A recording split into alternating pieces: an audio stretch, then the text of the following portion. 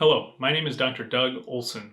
If you are watching this video, then you have decided to make a big step and a large investment in your future quality of life by having a joint replacement surgery.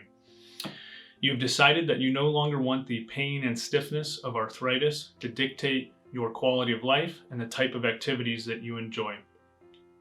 I have created this video in hopes of providing more information to you and alleviating some of your stress and anxiety about your upcoming joint replacement surgery. You can also share this video with your family members and your caregivers who will be caring for you after surgery.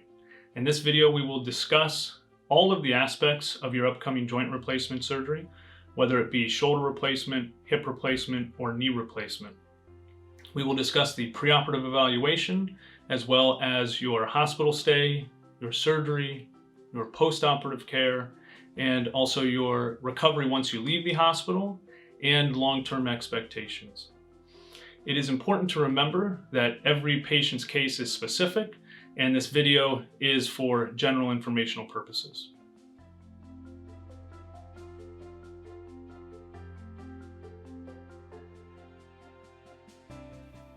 If you are watching this, then you have been selected as a candidate for a potential partial knee replacement. This means that for your knee arthritis, it is specific to one area of the knee. With a partial knee replacement, we resurface just that worn out part of the knee and leave the rest of your healthy knee intact.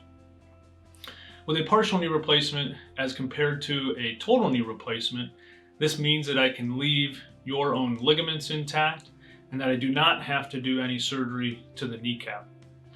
The benefits of this is that there is less surgery involved, so it is less invasive. Typically, you recover much faster, and typically, your knee feels more normal than a total knee replacement. It may not feel exactly like a normal knee, but it typically feels less mechanical. Another benefit is because I did not have to do anything to your kneecap, typically you are still able to kneel on the knee after your surgery. Also, one other benefit is people with a partial knee replacement typically have better range of motion, meaning that they are able to bend their knee back farther than those patients with a full knee replacement. It is important to know that although we will be planning on a partial knee replacement for your surgery, with every patient that I take to the operating room to plan for a partial knee replacement, I inspect the rest of the knee and I look at your arthritis pattern to determine if the rest of the knee is worn out as well. Occasionally, the rest of the knee looks worse than your x-rays did, and if you need it, we proceed with a full knee replacement at that time.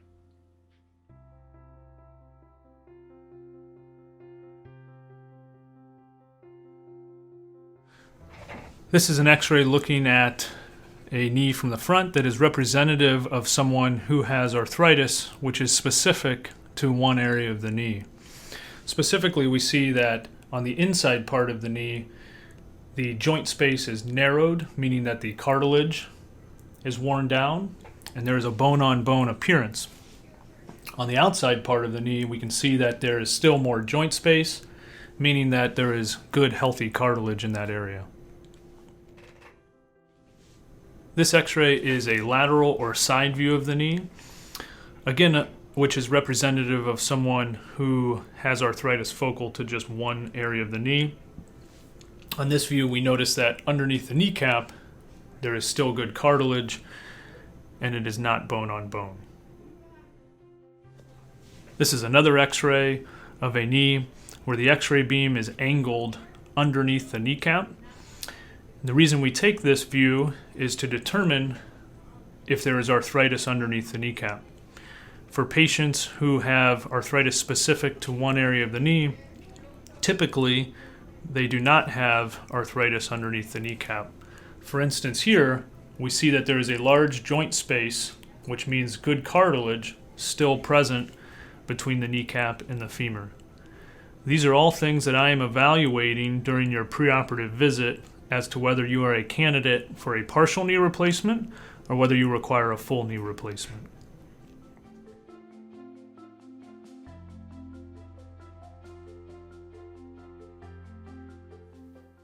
Now I would like to discuss with you the actual surgical procedure of your partial knee replacement.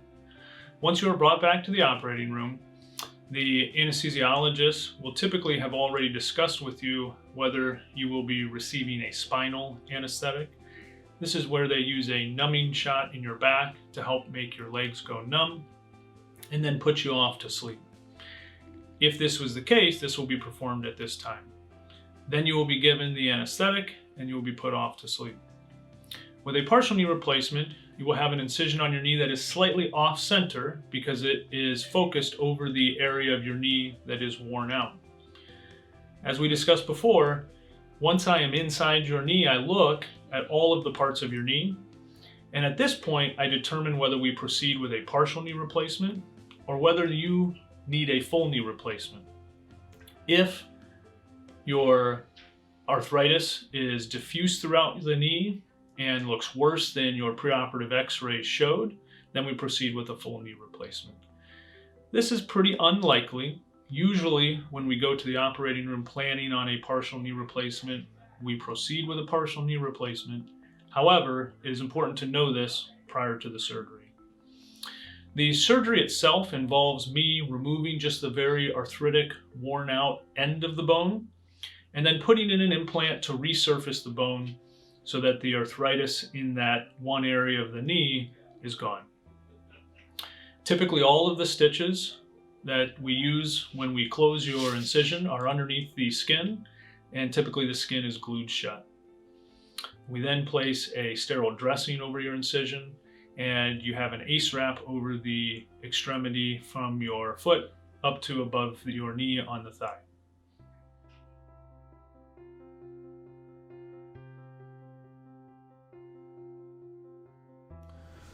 This is a picture of an x-ray of the knee from the front after having a partial knee replacement. Here we see that the inside part of the knee that was once bone on bone is now resurfaced with the metal femur implant, the metal tibia implant, and then there is a plastic liner in between. The rest of the knee that did not have arthritis is maintained and did not need to be replaced. This x-ray is a lateral view of the knee or a side view and represents an x-ray of a knee after having a partial knee replacement. Again, what we see here is that the arthritic ends of the femur and tibia have been replaced with an implant only on the worn out arthritic part of the knee. Underneath the kneecap, I did not have to replace or resurface that area of the knee because the cartilage was still good.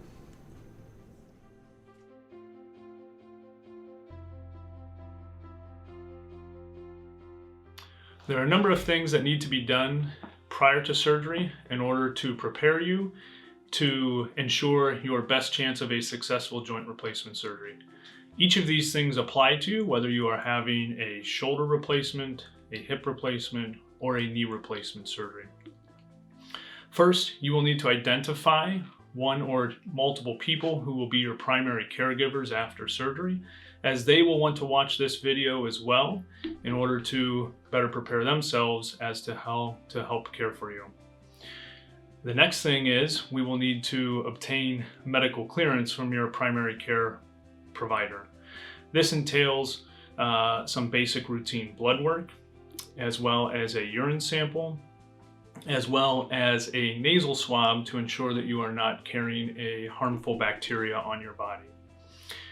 If you have diabetes, we will want to make sure that that is well controlled prior to surgery, as this can help reduce your amount of complications after surgery.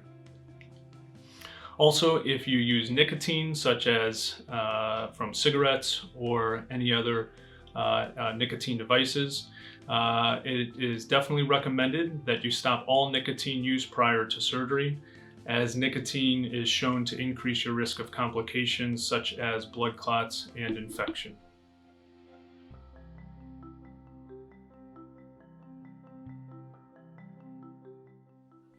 Now I would like to discuss some of the possible risks or complications that can be associated with your upcoming joint replacement surgery.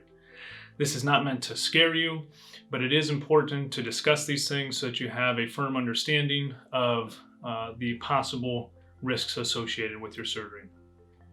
I will discuss some common potential risks that are common to all joint replacement surgeries, meaning shoulder, hip, and knee replacement. And I will also discuss some that are specific to each of those replacements. In general, there's always a risk of infection with a joint replacement surgery. Fortunately, this risk is rare. However, we always worry about the possibility of infection because it can cause increased pain and stiffness and lead to further hospitalization and surgery. We do a number of things to help prevent infection for your joint replacement. Another potential complication is that of a DVT or blood clot. Again, we do a number of things to prevent this, including mobilizing you quickly after surgery. You will wear compression socks on your lower extremities if you are having a hip or knee replacement surgery. We also will place you on a blood thinner if you are having hip or knee replacement surgery. Now, for the vast majority of patients, this will entail taking a baby aspirin or an 81 milligram aspirin twice a day for 4 weeks after your surgery. If your medical history places you at a higher risk of a blood clot, then we may have to use a different blood thinner. Another potential complication is stiffness of your joint after your surgery. This is where physical therapy and your activity level play a large role. Physical therapy is used to help get the stiffness out of your joint and get you as much function out of your joint as we can. There's a very small risk of dislocating a joint replacement after the surgery. Fortunately, this is very rare. In general, with joint replacement surgery, there is also a risk of injury to other structures during your surgery, such as nerves or blood vessels. But again, this is extremely rare.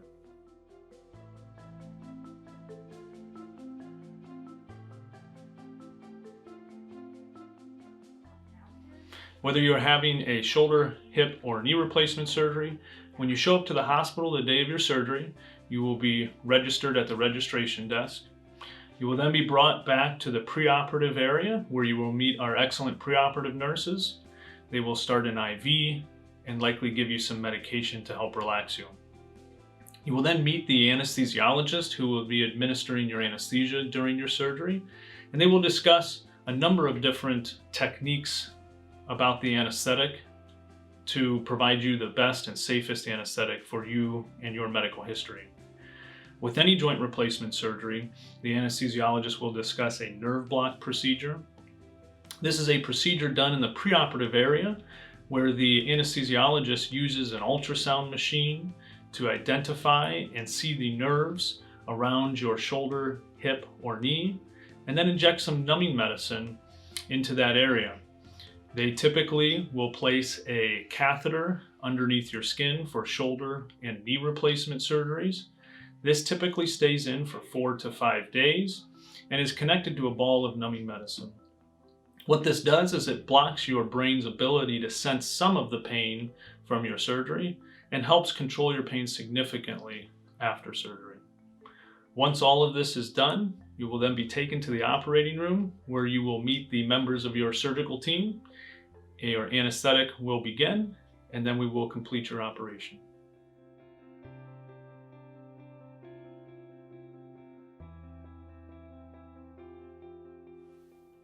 After your surgery, you will be taken to the recovery room to recover from the anesthetic.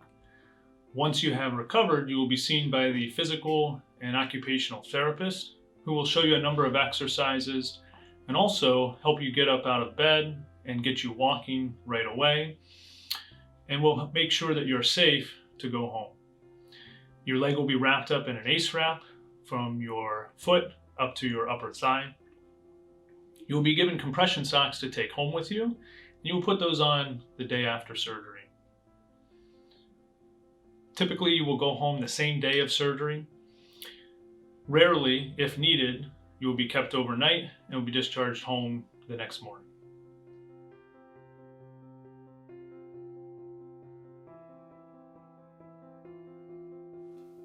It's important to remember that all patients will recover and heal at different speeds. But in general, you will have physical therapy approximately 3 times a week for 4 to 6 weeks after your surgery. Typically for the first week or two, you are using a walker to help get around and walk. And I will see you at your first post-operative visit 2 weeks after surgery. At this point, we take an x-ray to make sure that the implants look good.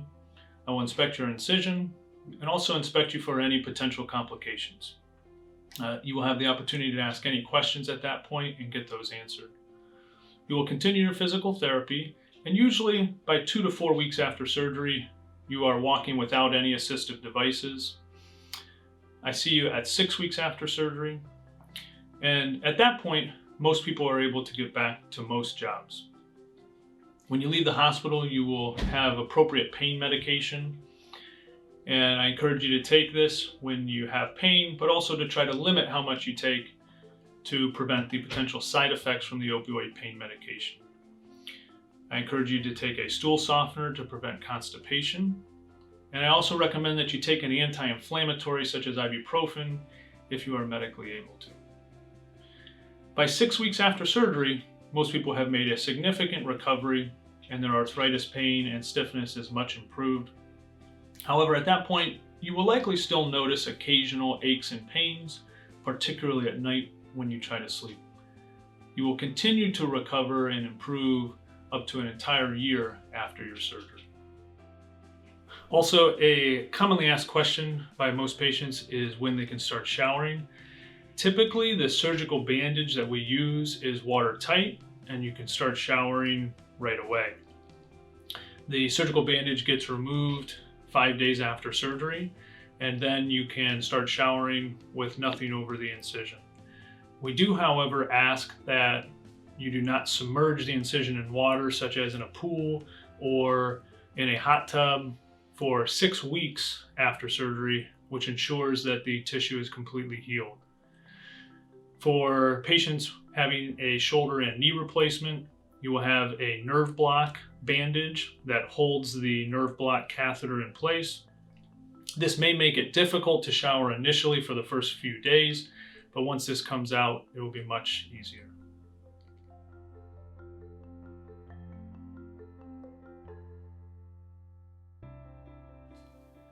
There are a few things that are important to know long-term about your partial or full knee replacement. First is that with any knee replacement surgery, you will have some numbness on the outside part of your knee. This will improve as the years go on, but you will likely always notice some numbness in that area. Second, you may feel a click in your knee with certain motions. This is normal. Some people feel it and some people don't. Another thing to remember is that you should not compare it to a normal knee, and that although the surgery is designed to improve the pain and stiffness that you have from your arthritis, it does not mean that you will never have another ache or pain in the knee.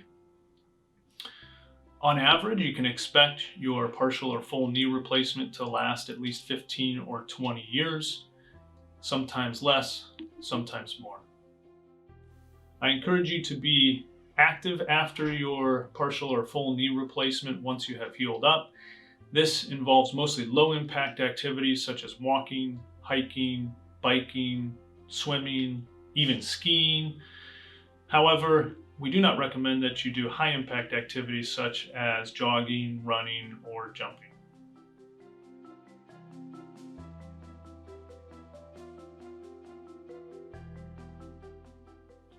I hope this video has given you more information and helped alleviate some of your anxiety about your upcoming joint replacement surgery. Please feel free to share this video with your family members or your caregiver. If you have any questions that this video has brought up, please feel free to contact my office, as I want to make sure that you get those questions answered prior to surgery.